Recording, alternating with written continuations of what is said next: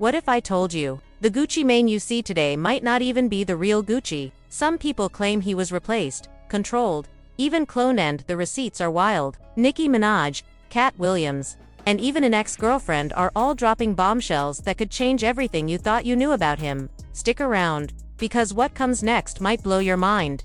This whole situation with Gucci Mane keeps getting messier by the day. Hopsin, the rapper who's been joked about for years as Gucci's clone, finally decided to speak up about the rumors. For a long time, he avoided talking about it. But after Nicki and Cat Williams made their recent claims, everything resurfaced. People started digging again. And suddenly, the cloning conversation wasn't just a joke anymore. At first, everyone treated the cloning rumors like just another wild conspiracy floating around the internet. People laughed, shrugged, and kept scrolling. After all, celebrity gossip gets crazier every year. And fans have heard everything from secret societies to industry sacrifices to hidden government labs. So when the idea of Gucci Mane being cloned first popped up, folks didn't think twice. It felt like another outrageous story that would fade away after a few days. But then the details started getting a little too specific. Things people had ignored suddenly didn't sound so ridiculous anymore. That's when the so-called receipts started stacking up. Old clips, interviews, photos, and comments that people had brushed off before were now being pulled back out and examined from every angle. And once Nicki Minaj jumped into the conversation, everything changed overnight. Nicki didn't just dip her toe into the situations, she took a full dive. In a private moment of frustration that later surfaced online, she allegedly called out Gucci Mane's wife, Kishia Kerr. Her claim was bold. She accused Kishia of being paid to handle Gucci, not just love him. According to Nicki, Kishia wasn't just his partner, she was assigned to monitor him, keep him calm, and maintain control over him after everything he'd been through. On top of that, Nicki said Kishia had been craving the spotlight for years, wanting fame so badly that she was willing to play whatever role the industry needed. And Nicki didn't pause there. She dragged Charlamagne Tha God into the mess too, calling him a fraud and accusing him of using his massive platform to push harmful narratives on behalf of powerful people. According to her, Charlamagne wasn't just speaking freely, he was acting on behalf of certain industry figures she hinted at but didn't name directly. She connected him to major players like Jay-Z and suggested that behind the scenes, he was involved in some ugly tactics that targeted innocent families, ruining reputations and manipulating stories for the benefit of others. Her message couldn't have been clearer. She was done holding back. She was done protecting people. She was done staying quiet for the sake of industry peace. It was her way of saying, if y'all want chaos, we can do chaos. If y'all want smoke, let's talk about everything. And that's exactly when the internet exploded.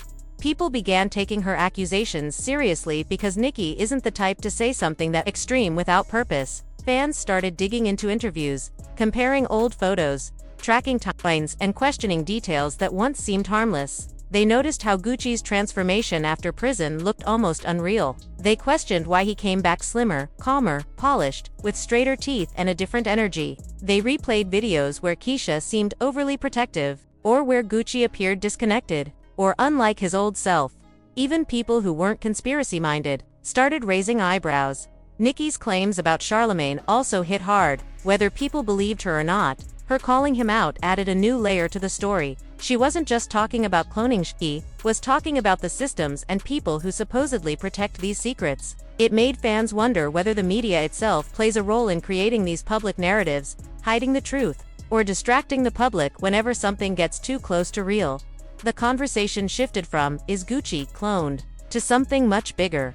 Why are so many people in the industry staying silent? What happened behind the scenes when Gucci was in prison? Why do celebrities disappear for months only to come back looking brand new? Why do some partners act more like handlers than spouses? People started connecting dots that maybe shouldn't be connected, but they connected anyway. Nicki's comments also triggered a new wave of old videos resurfacing, including clips of Gucci's ex-girlfriend, Mac Breezy, who had made strange claims years earlier. She insisted the Gucci that came out after 2014 wasn't the same man she knew. She said his energy was different, his soul didn't feel the same, and she claimed the last time she saw the real Gucci was in 2010. At the time, her comments were ignored. Now they were going viral, and because Nicki had dragged Charlamagne into it, people went back and analyzed every interview he'd done with Gucci, looking for signs of odd behavior, tension, or hidden messages. They dug up moments where Charlemagne laughed off clone rumors too quickly or avoided certain questions. The internet was in full detective mode. Soon, the discussion wasn't just about cloning, it was about control, influence, and who decides what version of a celebrity the public gets to see. Nikki's frustration poured gasoline onto a fire that had always been burning under the surface. Her message, "Y'all wanted attention. Let's go," wasn't just a threat. It was a warning, a promise, and a challenge. She was basically saying that the truth, or at least her truth, wasn't going to stay buried anymore. And whether people believed her or not, she had successfully reopened a conversation that many thought was long dead. She even brought up LAPD incidents, asking why there was no proof of her home being swatted 4 times while she had a toddler inside. That's what really pushed people to look deeper into Gucci's situation, because some of what she said actually lined up with things people had been whispering for years. Then Gucci's ex-girlfriend, Mac Breezy, re-entered the conversation. And when she spoke, people started paying attention. She wasn't new to the rumors, she had shared her thoughts years ago, but now, in light of everything else happening, her words felt heavier, more credible. Mac claimed that the Gucci everyone sees today isn't the real Gucci Mane. According to her, the man walking around now, performing, and appearing on social media isn't the same person she knew. There was a stark difference in energy, presence, and even personality. She suggested that the original Gucci had a certain life, soul, and aura that she could sense immediately. But the man people are seeing now feels different, almost like a shell. Mac didn't hold back. She described the real Gucci as someone full of unpredictability, charisma, and raw intensity, a man who carried his past, his struggles, and his personality openly. This wasn't just a change in style or maturity. It was as if something fundamental had shifted. The way he walked, the way he talked, even the way he expressed himself on social media. Of it matched the version of Gucci she had known intimately. She said it wasn't subtle either. It was a complete shift, something that couldn't be explained away as normal growth or personal change.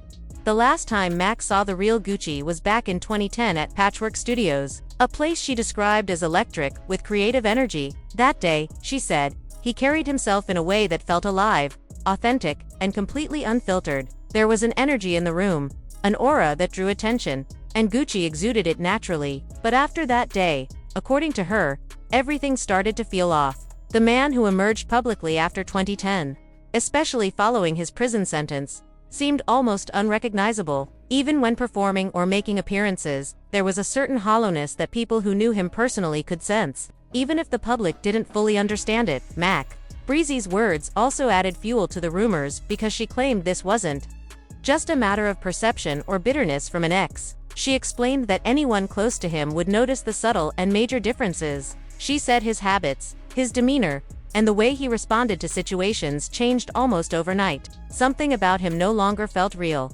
According to her, the change was so noticeable that it sparked suspicion among friends and family long before fans started pointing it out online.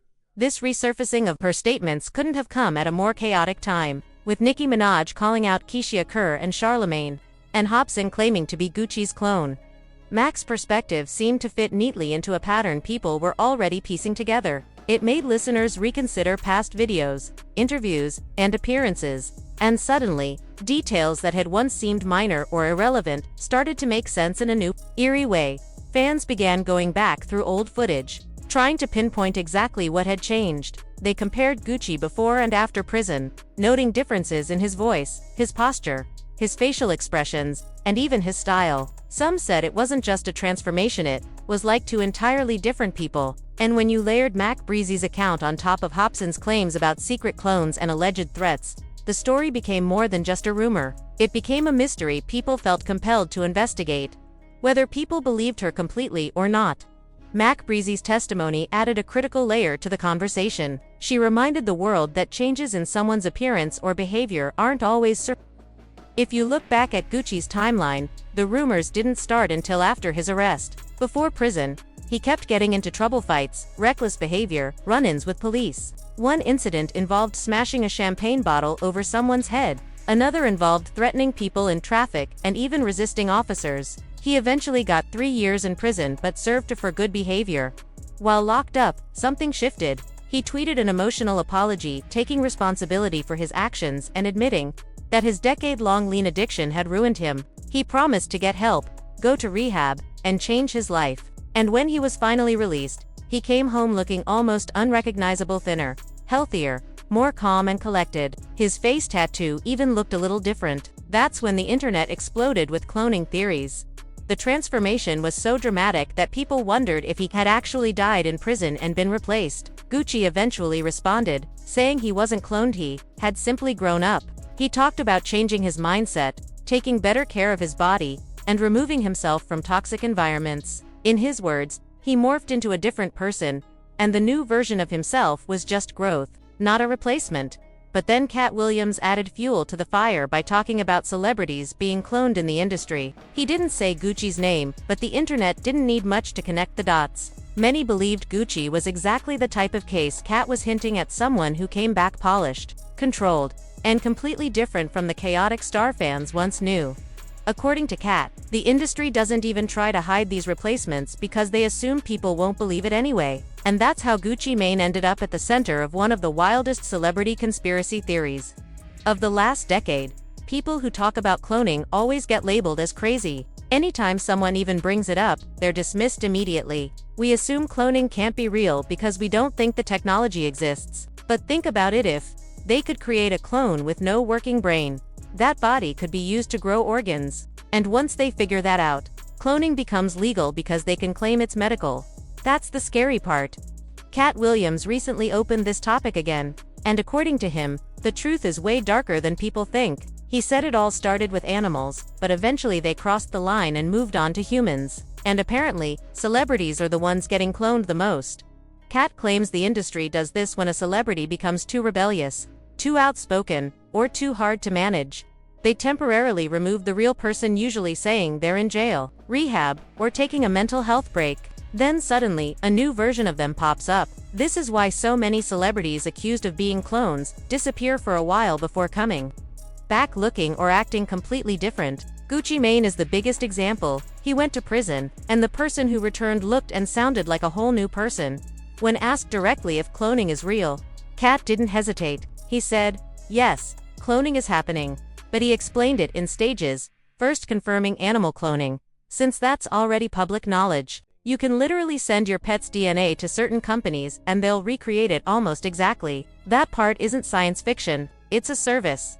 Things escalated even more when Hopsin jumped online and made a video claiming he is Gucci's clone. According to him, secret agents approached him years ago and threatened his family if he didn't help cover up the real Gucci's death. He claimed Gucci was killed in prison and Hopsin was forced to step in as the replacement. He even said he's been playing the role for about 8 years.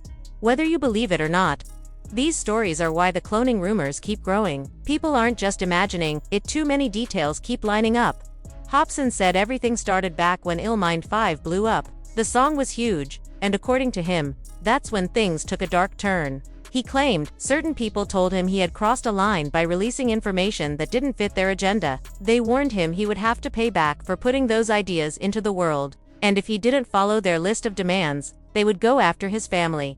He described being taken into this all-white room. One of the doors opened, and inside was a full Gucci bodysuit. He said he instantly knew what it meant, and begged them not to make him do it. They told him, "Yeah, that's exactly what it is." No one can say for sure whether Hopsin was joking or half-trolling when he shared that story. But a lot of people took him seriously. Since then, fans have been pressuring him to reveal even more about what happened. People online pointed out things they found strange. One person said, "Nobody walks out of prison with brand new teeth. They really think we're stupid." Another said, "That's not Gucci." Even his mom said, the man who came out of jail wasn't her son. I've talked about this before, but now I really want to hear your thoughts. Do you think the Gucci clone rumors have any truth to them? And do you believe Hopsin was being serious with what he said? Or do you think he was just trolling for attention? Share your opinion in the comments, and make sure to check out the next messy video linked right here.